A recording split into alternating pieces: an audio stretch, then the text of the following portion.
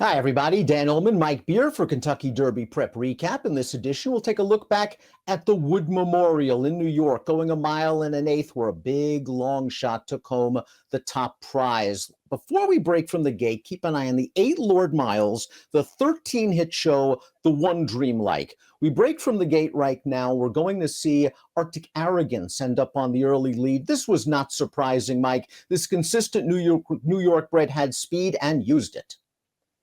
Yeah, I mean, I don't think it's a surprise at all to see him going for the lead again. He's a horse whose form has been regressing since he ran really well in the Grade 2 Remsen over this distance at the end of last year. Dan took another step back here. He makes the lead with no trouble. The top 3 finishers are right behind him throughout this race, and he doesn't really have much of a finish in this stretch. Mike, we saw a lot of jostling around going into the first turn. Who do you think was impacted the most, and did it provide a sufficient excuse? I didn't think it provided much of an excuse for anyone. Certainly among the main contenders anyway, Slip Mahoney, the number 5, he got in really tight, took a good bump there, lost some position, but you can see him now up the backstretch, Dan. He's basically right with the leading pack here, down on the inside. He's saving ground. He's in position. I thought he recovered pretty well, even though he did have some real trouble on the first turn.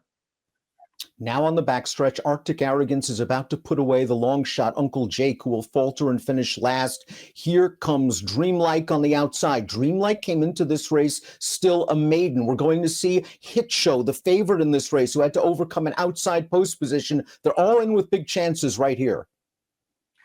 Yeah, I mean, they're just going to come after this leader around this final turn. You can see Hit Show. There's the 13 in the pink silk star. He's under the whip already. The winner is right to his outside. They're both going to get clear here, Dan. They're going to basically go shoulder to shoulder here throughout the stretch run. They're going to get up to these 2 leaders late. And surprisingly, I think somewhat, it's going to be the big long shot who gets his nose down. We see Hit Show in between horses trying to dig, Lord Miles battling, and Dreamlike very game considering his relative lack of experience. It's a blanket finish in the 2023 Wood Memorial, and it went to the 59-1 shot, Lord Miles, who now is 6th on Kentucky Derby qualifying points. He's in the race. Hit Show, who got up for second in here, is 17th. He's in as well. Let's start with Hit Show, a very consistent horse, a horse that has ability. How much, if any, did the outside post position cost him? When you get right down to it, Dan, and considering where he was in relative position anyway throughout this race when compared to the winner, I don't think you can give him too big of an excuse in this race. The outside post wasn't ideal. He was a good 3 or 4 wide around the first turn of this race, but after that, I mean, I felt like he was always in good enough position. He had a real shot to win this thing, and ultimately just came up a little short. I don't think it was a terrible performance, but I think it was a performance or a race anyway where you wanted to see him take a significant step forward in here, and I don't think he did that.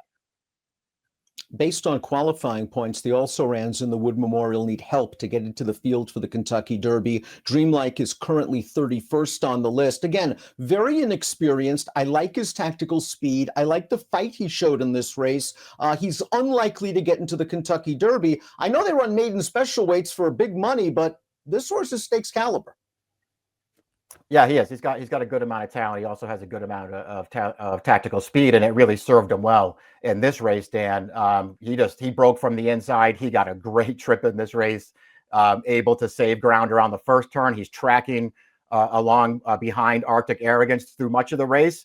Went to challenge, had a lead in the stretch, couldn't hold on at the end. I thought he ran fine in here, and I do think there's obviously the potential for better. I don't see why they would press on with him, though.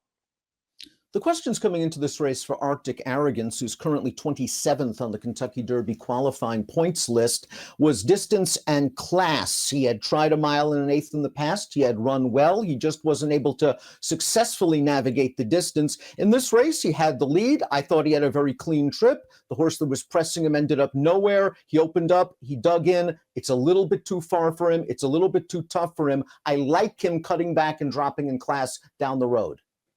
Yeah, I agree with all that stuff. I'm not so sure that he might just ultimately be a sprinter even, Dan, but certainly a mile is probably good for this horse. He did his best once again in here. I mean, I don't think you can complain about the trip that he got. I don't think you can complain about the performance that he put in. He did his very best on the lead in here. But it's not like he was at some, big disadvantage. The pace wasn't blazing. He wasn't taking tons of pressure. And the horses that ran 1, 2, 3 were basically right behind him through the entire running of this race. He just wasn't good enough. With the exception of Laurel maiden winner Uncle Jake, the top 4 finishers were very close to the pace. Do you give any extra points to Classic Catch, who rallied from 11th, got up for 5th? He was wide turning into the stretch. Yeah, no, I mean, I didn't necessarily feel like the closers had some kind of big excuse in this race, Dan. Classic Catch did fine in here.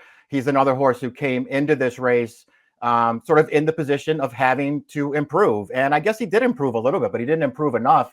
Not even close to enough, actually. He came wide to the stretch. He was never a real threat in here. And when you go back and watch, say the final furlong or so of this race, Arctic Arrogance, who was on the lead, was basically all done. And Classic Catch couldn't get to him to finish 4th.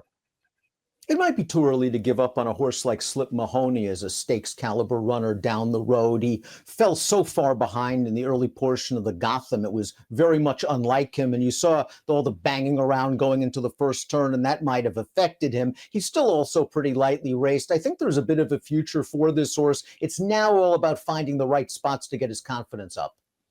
I think all those points are fair ones, Dan. He's another horse who I do think has some potential going forward. He did have significant trouble on the first turn of this race. Again, after that, I thought the trip worked out really well. He made a run there around the second turn and was clear at the top of the stretch. I actually felt like there was a brief moment there where he was going to run, and he just really finished sort of evenly in this race. Also couldn't get to Arctic Arrogance, a tired Arctic Arrogance in the final furlong here, and it was actually outfinished from behind by Classic Catch. Let's talk a little bit about our winner now, Lord Miles. If you're looking for a sleeper to maybe come from off the pace in the Kentucky Derby, Lord Miles might be rounding into form at just the right time. He certainly has the pedigree. He's by the great stallion Curlin. The dam is a half-sister to Caledonia Road, who won the Breeders' Cup Juvenile Fillies and was named Eclipse Champion her year. The dam's also a half-sister to a graded stakes winning sprinter named Officiating, a homebred owned by Vegso Racing. Paco Lopez has the mount, and Lord Miles earned a 93 Beyer speed figure. It's still a far cry from the main contenders, but a big step forward. It really was. It was a nice step in the right direction for this horse. And listen, let's be honest, Dad. It's not like he didn't show some potential in his first couple of starts. I was pretty taken with his career debut. That was a 6 furlong sprint. He just came with a big run from out of it. He took sort of slight steps forward after that. They've run in all stakes races since then. I didn't really care for his Holy Bull. But his Tampa Bay Derby prior to this, he didn't run great in there, but it was just one of those even performances around 2 turn where he didn't gain any ground, but he didn't lose any ground throughout the running. I thought that was a good sign for this horse. And he obviously took a huge step forward here to pull off the upset. He got a good trip in this race, but man, he had to earn this victory, and he earned it.